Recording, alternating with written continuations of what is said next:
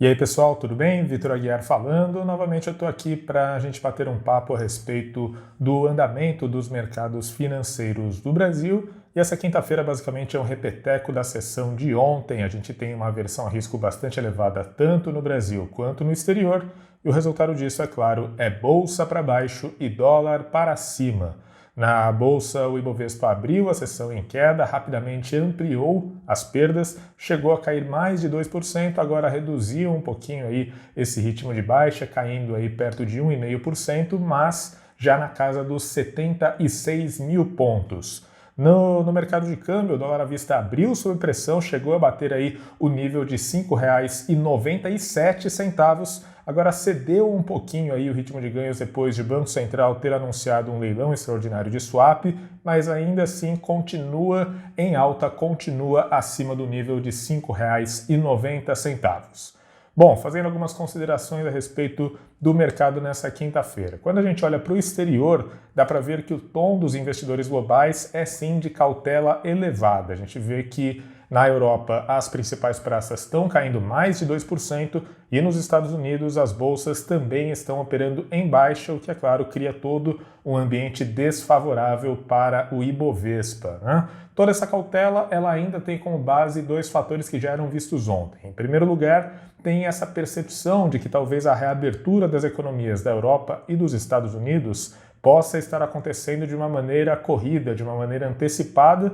E isso por quê? Porque lá na Ásia, na China e em outros países da região, dá para ver que o número de casos de coronavírus tem aumentado recentemente, o que eleva aí o medo de que uma segunda onda da Covid-19 possa estar se desenvolvendo lá na Ásia. Então, né, claro, esses países eles sofreram com o coronavírus antes do Ocidente, né, lá em janeiro e fevereiro, que a gente viu o pico de casos na China e outros países da área.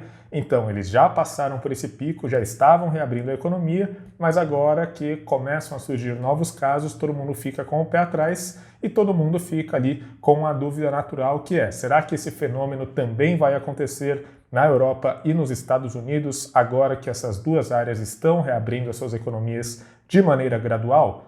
Como a gente não tem uma resposta para essa dúvida, é claro que todo mundo fica, assim, muito mais cauteloso, muito mais defensivo. Além disso, uma fala ontem do presidente do Federal Reserve, o Jerome Powell, ele disse que vê, sim, uma chance muito grande de recessão forte da economia americana e essa recessão deve persistir por algum tempo, mas, por outro lado, ele disse que não vê como adequada a adoção de juros negativos no país. Atualmente, a taxa de juros dos Estados Unidos fica na faixa de 0 a 0,25% ao ano, ou seja, o Powell disse basicamente que não deve cortar mais os juros daqui para frente. Claro que essas duas sinalizações, elas criam todo um ambiente que frustra o mercado. O mercado estava assim apostando que talvez o Fed poderia adotar juros negativos e, além de ter, né, essa expectativa não sendo cumprida, também veio a notícia de que o Fed vê um ambiente econômico muito difícil daqui para frente, que é claro que cria toda uma condição mais negativa, uma condição mais pessimista para as negociações lá fora.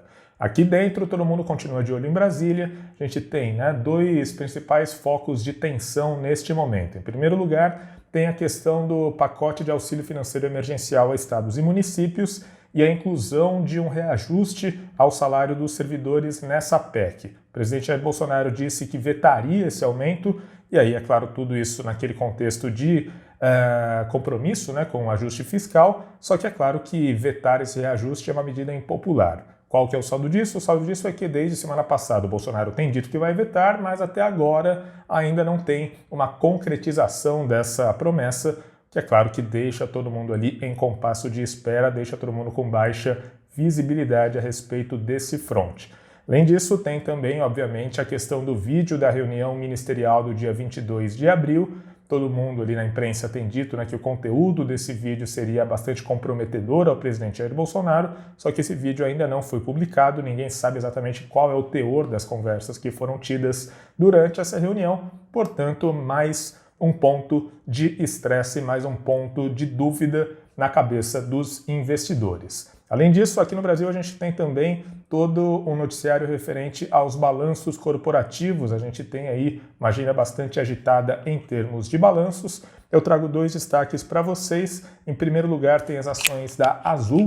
A companhia aérea Azul divulgou os seus números nesta manhã e, de fato, foi um resultado muito negativo, como já era esperado pelo mercado, um prejuízo de mais de 6 bilhões de reais no primeiro trimestre. Tudo isso, em grande parte, por causa ali da oscilação do câmbio, né? O dólar mais alto ele acaba afetando diretamente as companhias aéreas, então a gente vê a Azul sofrendo bastante, as ações da Azul caindo aí mais de 5% nessa manhã. Além disso, a gente também teve o balanço da Via Varejo. A Via Varejo conseguiu reverter o prejuízo, teve um pequeno lucro aí de 15 a 16 milhões de reais no trimestre, mas as ações elas estão operando em baixa, uma baixa pouco expressiva de perto de 2%. Bom, gente, eu vou continuar acompanhando o desempenho dos mercados. Qualquer coisa eu volto a falar com vocês. Um abraço, até mais!